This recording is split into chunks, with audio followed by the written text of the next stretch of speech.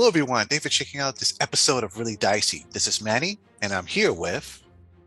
Hi, I'm Andrew. I'm with Media Stream Press, and I'm kind of like the lead creator and designer of our new Kickstarter, Song of the Nehmet. And I'm really anxious to tell you about it. I'm excited. All right. So, what is exactly this is a 5e. It's like a supernatural RPG adventure.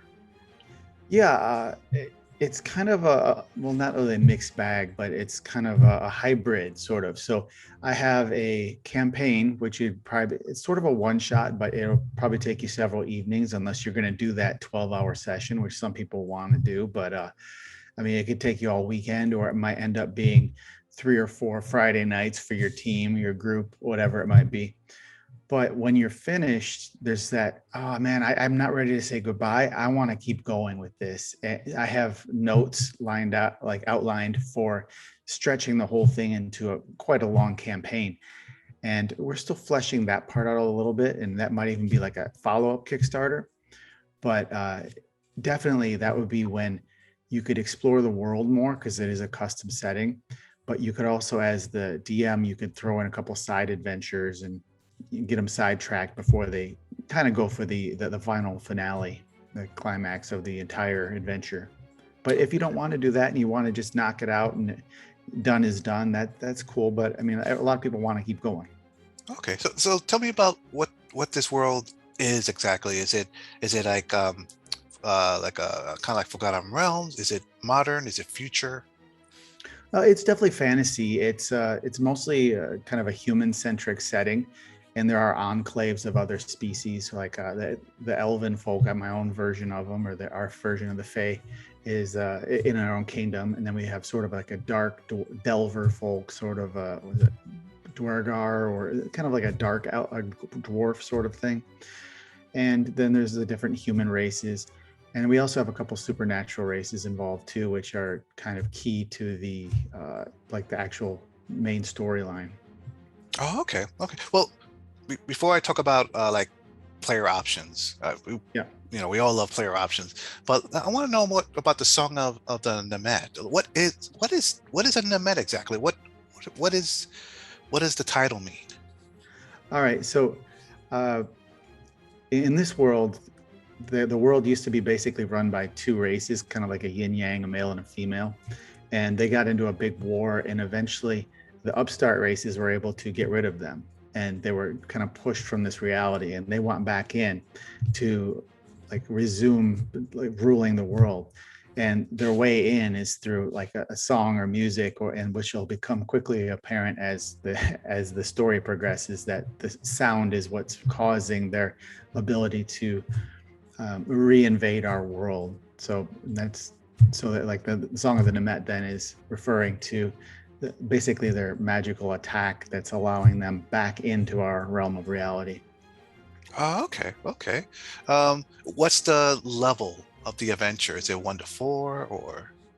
Well, all the characters are pre-made, so which might, I don't know how common that is, but I kind of wanted this like Avengers theme kind of thing where everybody kind of fits their piece.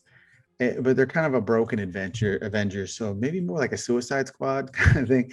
Where I mean, you've got this burly shapeshifter that could just do some pretty serious damage with a maul, but he can only shapeshift into little cute and cuddly creatures like a rabbit. So he goes from mega hit points and dealing damage to 4 hit points and sneaking around, that kind of thing. So a lot of the characters have some kind of handicap or crutch, so they end up working together that way. Uh, Also, like a mage that I made up my own magic system. It's sort of a point-based magic system based on different elements, and she has a very like she's very temperamental. So there's kind of like a wild magic kind of element to it.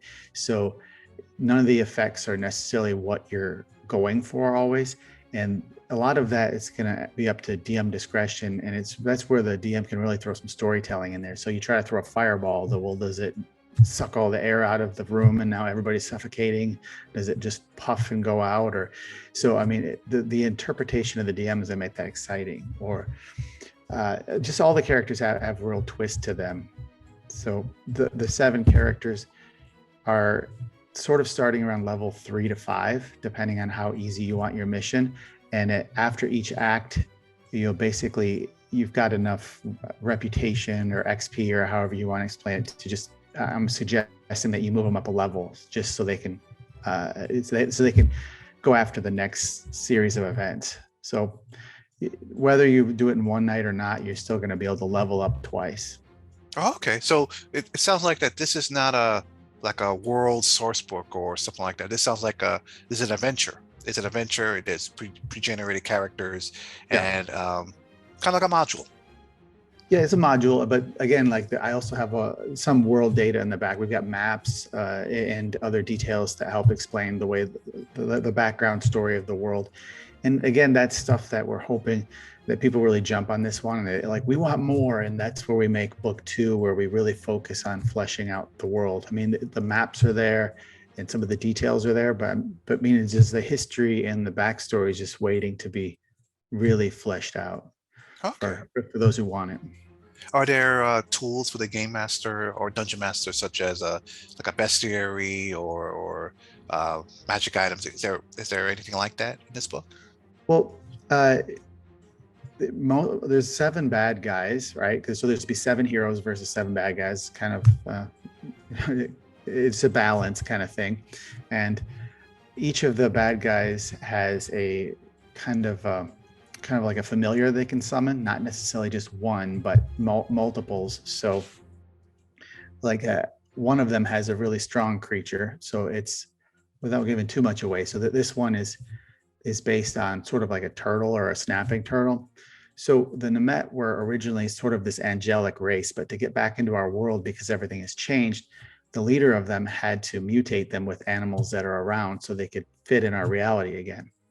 So each one got like their twist, and with that came the ability to summon these creatures. So the big bruiser type guy that has kind of a snapping turtle look to him can summon these giant turtle dragons, but he can only summon a couple of them at a time because they're so powerful. Whereas somebody who has a weaker creature can summon maybe dozens or hundreds of them to have them running around the city.